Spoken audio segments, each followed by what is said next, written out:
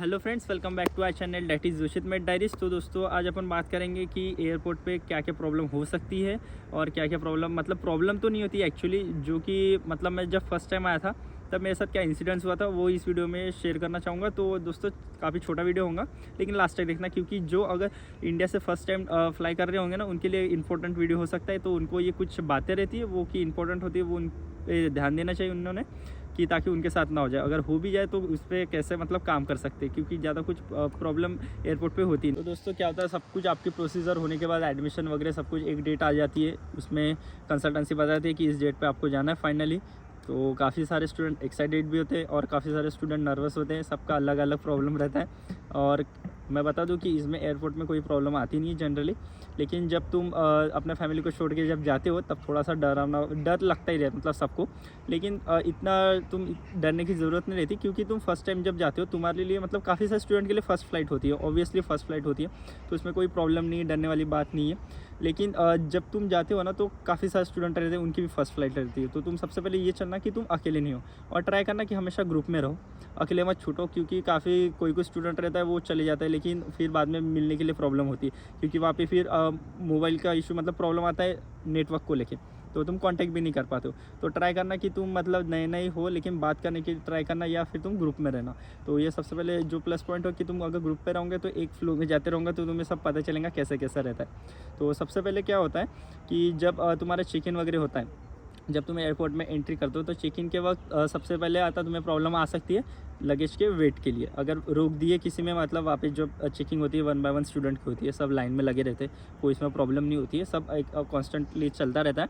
तो उसमें प्रॉब्लम हो सकती है तुम्हें हार्डली लगेज में कैसा ओवर वेट का वगैरह प्रॉब्लम आ सकता है। कम वेट रहेगा तो कोई दिक्कत होती नहीं है, ओवर वेट की इसमें प्रॉब्लम आ सकता है कि 1-2 अगर तुम्हारा हार्डली 1 kg के नीचे, 500 से 600 ग्राम अगर एक्स्ट्रा होगा ना, तो कोई प्रॉब्लम नहीं होगा। लेकिन अगर तुम्हारा लगेज ज़्यादा होता है 1-2 किलो, या किसी बैग में 1-2 किलो ज़्यादा है और किसी बैग में कम है, तो तुम क्या कर सकते हो, वहाँ पे तुम थोड़ा सा टाइम मांग के चेंज कर सकते हो, इधर का सामान उधर कर सकते हो। या फिर तुम्हारी जो बुक्स रहते हैं, बीडी चौरसिया वगैरह रहती है एंड एटलास रहती है, ये काफ़ी भारी बुक रहती है, इसको तुम हाथ में पकड़ सकते हो। अगर वेट 1-2 किलो ज़्यादा रहेगा और तुम्हारा वो ट्रॉली में होगा, मेन वाले बैग में, तो तुम ट्राई करना कि जो फर्स्ट टाइम अप्रोक्स देते 23 kg का रहता है, तो उसमें तुम ट्राई करना कि जो 23 kg का है वो उसमें पूरा 22.5 लेके जाओ। अगर फर्स्ट टाइम जा रहे हो तुम्हें, अगर कोई अगर फिर नहीं तो इतना रेडी रहना कि अगर वो ज़्यादा से कुछ नहीं चार्जेस मांगेंगे, वो चार्जेस दे देना, तो उसमें कोई प्रॉब्लम नहीं होती है।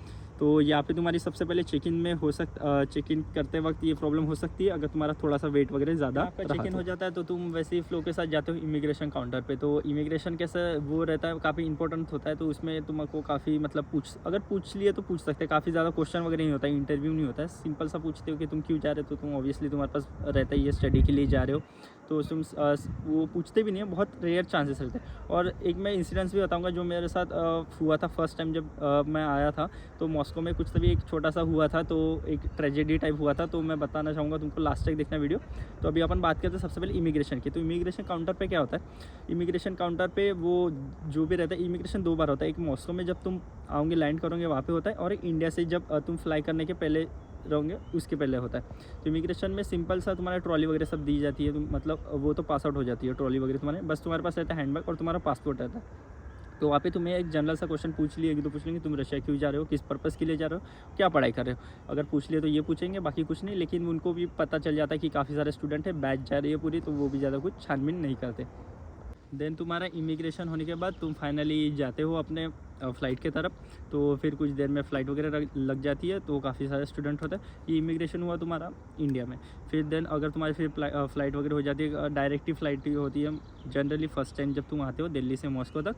तो मॉस्को में डायरेक्ट फ़्लाइट उतरने के बाद सबसे पहले वहाँ पे इमिग्रेशन होता है। तो उस इमिग्रेशन में क्या होता है, तुम्हें एक इमिग्रेशन स्लिप मिलती है, लगेज वगैरह नहीं मिलता। सबसे पहले तुम्हें इमिग्रेशन होता है, इमिग्रेशन में तुम्हें एक इमिग्रेशन स्लिप जो मिलती है वो तुम्हें पूरा अच्छे से संभाल के रखना पड़ता है। वो घूम जाता है तो तुम्हें पेनल्टी बैठ सकती है 80-90 हज़ार की आराम से। तो इसलिए तुमको वो पासपोर्ट के अंदर हमेशा वो जो स्लिप मिलती है इमिग्रेशन, जो कि मॉस्को में लैंड होने के बाद मिलेगी, वो काफ़ी इंपॉर्टेंट होती है। तो तुम उसका एकदम से ध्यान रखना, अच्छे से रखना। जितना इंपॉर्टेंट पासपोर्ट होता है उतना इंपॉर्टेंट वो इमिग्रेशन स्लिप होती है। वो कैसे मिलेंगी स्लिप, देन उसको तुम अपने पासपोर्ट में अटैच करके रख देना। देन उसके बाद तुम जाते हो लगेज कलेक्शन में। तो क्या हुआ था एक्चुअली, मैं तुम्हें बताता मेरा वाला टाइम क्या हुआ था। जब हमारी बैच आई थी तब काफ़ी कोई तो पहचान का नहीं था, लेकिन एक स्टूडेंट जो था उसके लगेज का प्रॉब्लम हुआ था। मतलब एक्चुअली क्या हुआ था, उसकी लगेज जो थी वो एग्जैक्टली सेम थी दूसरे कोई पैसेंजर के लगेज से, तो उसकी लगेज एक्सचेंज हो गई थी। तो इसका मतलब ये नहीं कि अपनी लगेज अगर तुम पहचान लिए कि ये तुम्हारी लगेज नहीं है, लेकिन बाहर से इसका पूरा सेम था लगेज का कलर वगैरह।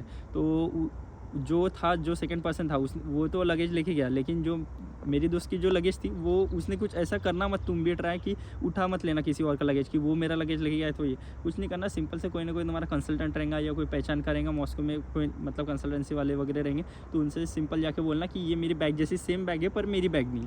और फिर उसके बाद जो प्रोसीजर होती है वहाँ पे जो स्टाफ रहता उसको जाके तुम इन्फॉर्म करोगे, सब कुछ बता दोगे ऐसा ऐसा।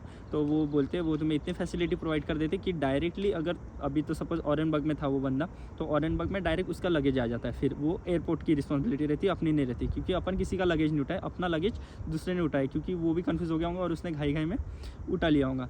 तो उसकी भी तुम्हें डरने की ज़रूरत नहीं। अगर तुम्हारा लगेज अगर मिस्ड हो जाता है, होता है काफ़ी स्टूडेंट का, ये प्रैक्टिकल बातें होती है स्टूडेंट के साथ, तो इसमें तुम्हें पैनिक होने की, डरने की कोई ज़रूरत नहीं है। तुम सिंपल सा वहाँ पे कंसल्टेंट मिले तो ठीक, नहीं तो किसी दोस्तों मतलब किसी से बात कर लेना और फिर जाके स्टाफ को बता देना ऐसा ऐसा कंडीशन हुआ था, ऐसे ऐसे सब कुछ बता देना। एक फॉर्म फिलअप कराएंगे तुम्हारे से, बस देन वो कुछ 4 to 5 डेज़ में तुम जहाँ पे भी जाते हो वहाँ पे आ जाएंगे डायरेक्ट। तो उसका तुम बिल्कुल टेंशन मत लेना कि लगेज गायब वगैरह हो जाएंगे, ऐसा वगैरह कुछ होता नहीं है। तो ये लगेज का एक इंसिडेंट होता है, बहुत सारे स्टूडेंट के साथ होता है, तो इसमें बिल्कुल डरना मत, तुम्हारा लगेज कहीं नहीं जाएगा, बिल्कुल सेफ़ रहेगा वो 100%। बस तुम्हें इन्फॉर्म करना पहले ही, और दूसरे का लगेज मत उठा देना गलती से भी।